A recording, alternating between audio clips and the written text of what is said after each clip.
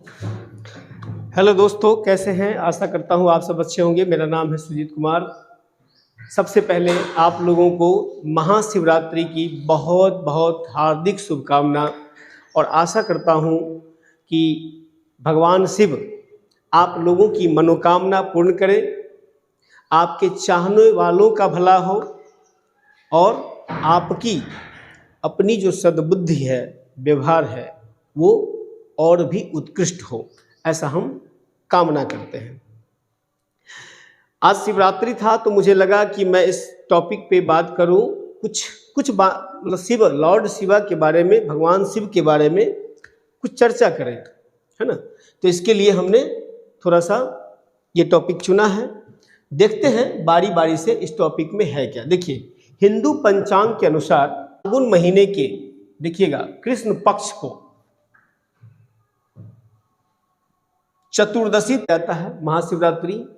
इस बार जो है, जैसे 8 मार्च आज का है ये, है ना, रात्रि 9 बजे से 9:57 पर शुरू होगा और अगले दिन रात में मार्च को 6:17 पर समापन हो जाएगा। हर चीज का अपना महत्व है।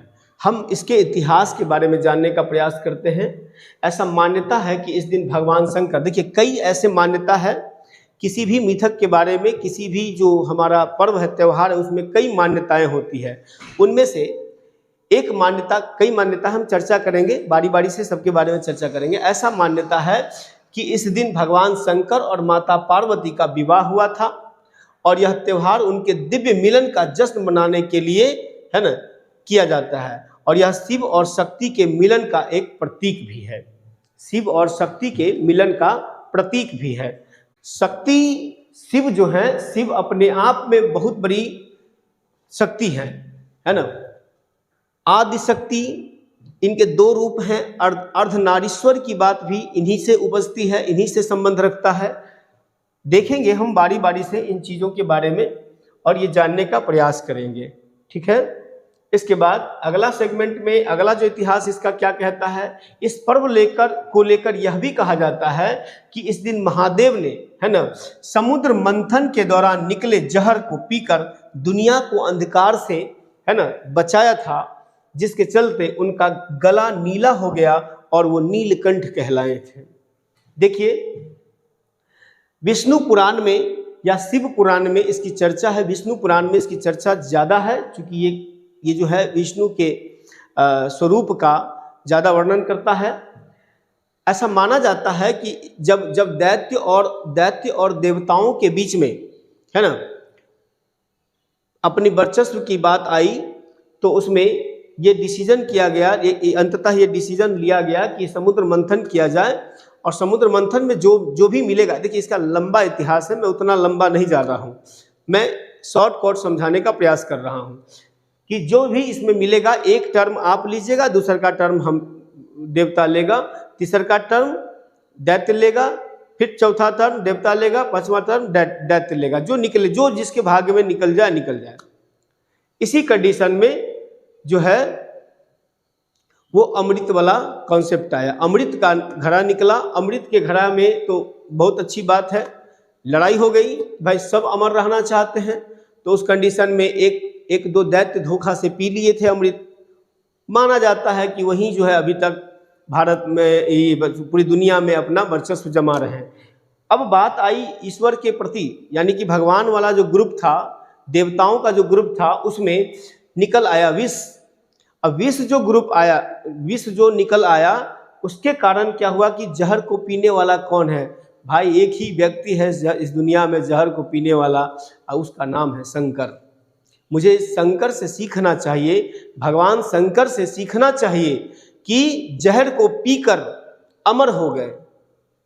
मानव जीवन के इस इतिहास में व्यक्ति को यह समझना चाहिए कि किसी के तिरस्कार रूपी जहर को पीकर मनुष्य अपने आप को भी मजबूत कर सकता है। जब आप बुरे परिस्थिति में रहेंगे, जब आप बुरे परिस्थिति में होते हैं, आर्थिक रूप से, सामाजिक रूप से, आपका अपना भी साथ नहीं देता है। आपका अपना आपको निकम्मा, गंवारा कहेगा, ना समझ कहेगा, उसको जो मन होगा वो कहेगा, क्योंकि उसकी फितरत है।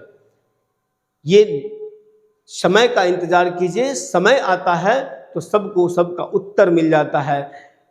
जो आदमी कमा रहा है, चाहे वो नैतिक रूप से कमा रहा है कि अनैतिक रूप से कमा रहा है, उससे बहस नहीं है, लेकिन कमा रहा है, बस ये दुनिया देखना चाहती है। मुझे आज के इस गार्जियन से ये उम्मीद नहीं है कि जो अपना बच्चा कमा रहा है ये बात ठीक है, लेकिन वो एथिकल रूप से कमा रहा है कि अनैतिक रूप से कमा रहा है, हमको इसका भी ख्याल रखना चाहिए।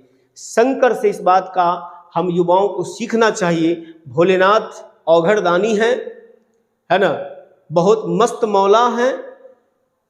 इस दुनिया के जो सृष्टि संहार करता है, आपको मालूम होगा इन्होंने जहर पी लिया और पूरी मानव सभ्यता का, देवताओं का बचाव किया और एक संदेश दिया आने वाले फ्यूचर में कि अगर आपको कोई कुछ बोलता है, किसी आपको कोई तिरस्कृत करता है, आप मत लड़िए उससे। क्या जरूरत है लड़ने का? लड़ना बेगुनाह है। लड़कर आप अपनी बेगुनाही साबित करने का प्रयास मत कीजिए। आप गुनाहगार हो जाएंगे लड़ने के बाद। आपके मुंह से उल्टा सीधा बात निकलेगा, बेवजह की बात निकलेगी, आपका मुंह खराब हो जाएगा, आपका व्यवहार, आपका चरित्र खराब कर दिए जाओगे सामने वाले की नज़र में, और तुम और बदनाम हो जाओगे। इसलिए चुप्पी साधना बहुत जरूरी है। वक्त का इंतजार कीजिए, चुप होकर उस एनर्जी को अपने जिंदगी के लिए आगे बढ़ाते रहिए, और एक समय ऐसा आएगा कि वो व्यक्ति जो आपके बारे में निकम्मा गंवारा कह रहा है, आपको अच्छा नहीं कह रहा है, उसका मन भी ऑटोमेटिक बदलेगा और वो आपको दुनिया का सबसे बेहतर व्यक्ति मानने लगेगा। बस अपने कर्म पर ईमानदार रहिए, नैतिक रूप से कार्य करते रहिए। ये शिवा का यह रूप हमें सिखाने को मिलता है, मतलब सीखने को मिलता है हमें, इससे हमें सीखना भी चाहिए दोस्तों। चलिए आगे बढ़ते हैं। शिवरात्रि का समय है तो आगे तो बढ़ना है। इसमें क्या है ये बताया गया है कि इसके अलावा भी महाशिवरात्रि शिव और उनके नृत्य तांडव के बारे में बात करती है। ऐसा कहा जाता है कि भोलेनाथ इस रात सृजन, संरक्षण और विनाश का अपना लौकिक नृत्य करते हैं। सृजन, संरक्षण और विनाश का लौकिक नृत्य करते हैं। देखिए, नट का रूप धारण करके भगवान शिव ने तांडव किया था। पता है तांडव ऐसे नहीं करते हैं। ये काफी करेंट मुद्दा है और चर्चा का विषय बना हुआ है। भारत मंडपम जो बना है उसमें शिव के इसी तांडव रूप नटराज का मूर्ति स्थापित की गई है। दुनिया को यह संदेश दिया गया है कि हम शांति के पुजारी हैं, लेकिन जब हमारे शांति में अशांति लाने का प्रयास किया जाएगा तो शिव का तांडव रूप भी हम जानते हैं। ये बहुत बड़ा उनकी नटराज की जितनी भी भाव भंगिका है ना, हाथों का जो उसका आकलन है, उस सब कुछ न कुछ कहता है। हम लोग देखेंगे बारी बारी से, एक दिन कहिएगा तो हम इसमें वीडियो बना देंगे। अगला जो सेगमेंट है वो यही है। शिव जो है बहुत ही, मतलब आप कह सकते हैं कि रोचक तत्व है इस दुनिया के, इस ब्रह्मांड के। उनको जानना चाहिए, उनको समझना चाहिए। अगर शिव में सब कुछ है, भलाई है, बुराई है, सब कुछ है। अगर आप किसी रूप में भी, बुरा के रूप में ही सही, शिव को अगर आप चाह रहे हैं, शिव के प्रति आपका झुकाव हो रहा है, तो आप ये मान के चलिए कम से कम शिव के प्रति बुरे नज़र से ही आपका झुकाव तो हो रहा है। जब नज़र बुरा है तो दोस्तों नज़र अच्छा भी हो जाएगा। कर्म अगर सच्चाई है तो, ईमानदारी है तो सफलता मिलना है। देर से भले लेकिन टिक कर रहना पड़ेगा। ठीक है। इसके बाद हम लोग जानते हैं, थोड़ा सा समझते हैं कि अभी हाल फिलहाल में नटराज की मूर्ति, भगवान शिव का ये रूप है, तांडव जब उन्होंने किया था, नटराज की मूर्ति भारत मंडपम में लगाई गई है। आगे भारत मंडपम के आगे क्यों लगाई गई है, इसका उद्देश्य क्या है, दरअसल ये समझना होगा। थोड़ा सा हम बताने का प्रयास करते हैं। नई दिल्ली में है भारत मंडपम बना है। G20 शिखर सम्मेलन में 27 फुट नटराज की मूर्ति प्रदर्शित की गई थी, जो भगवान शिव के नृत्य के रूप में विश्व की सबसे ऊंची मूर्ति है। भगवान शिव की नृत्य करता हुआ मूर्ति विश्व में इतनी ऊंचाई नहीं है, जिसकी 27 फीट ऊंचाई है। इसके संदर्भ में ये अष्ट धातु की बनी हुई मूर्ति है ना। अष्ट धातु 8 धातुओं से बना हुआ है और इसका वजन जो है 18 टन का है। 18 टन का इसका वजन है, ये ध्यान रखिए।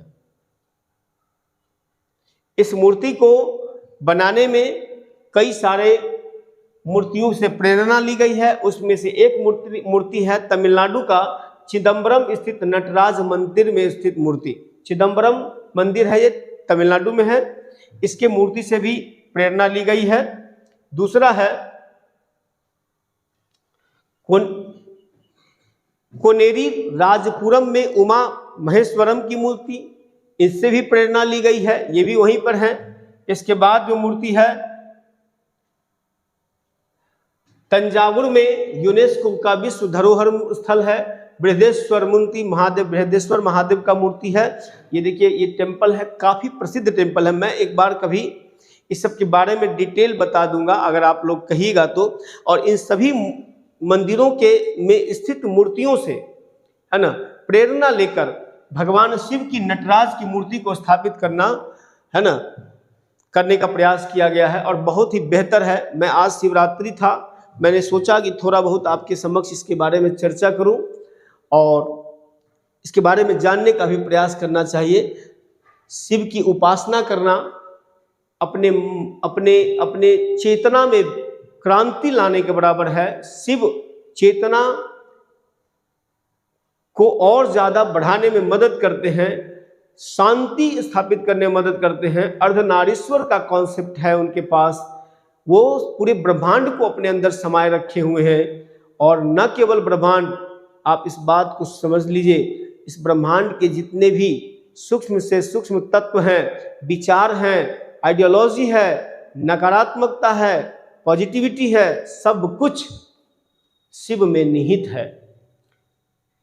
शिव में सब कुछ निहित है, इससे अलग कोई नहीं है। इस बात को आप समझ लीजिए दोस्तों। ठीक है दोस्तों, तब तक के लिए, आज के लिए इतना ही। मैं आशा करता हूं फिर कि शिव आपके परिवार को, आपके चाहने वालों को और आपके दुश्मन को भी सद्बुद्धि दे, दीर्घायु बनाए और इसके साथ साथ कम से कम पॉजिटिविटी के साथ रहने का एबिलिटी प्रदान करें। महाशिवरात्रि पर मैं आप लोगों से यही निवेदन करता हूं, बी पॉजिटिव, डू पॉजिटिव, है ना, और थिंक पॉजिटिव। पॉजिटिव रहिए, पॉजिटिव कीजिए और पॉजिटिव सोचिए। नेगेटिविटी में कुछ नहीं पड़ा हुआ है। हर हमेशा नेगेटिव रहना, हर हमेशा नकारात्मक विचार के साथ रहना शरीर के एक एक तत्व को नुकसान पहुंचाता है, वो आपकी बीमारी का कारण है। इन सब चीज़ों से भी हमको सीखना चाहिए दोस्तों। ठीक है दोस्तों, तब तक के लिए जय हिंद, जय शिवा।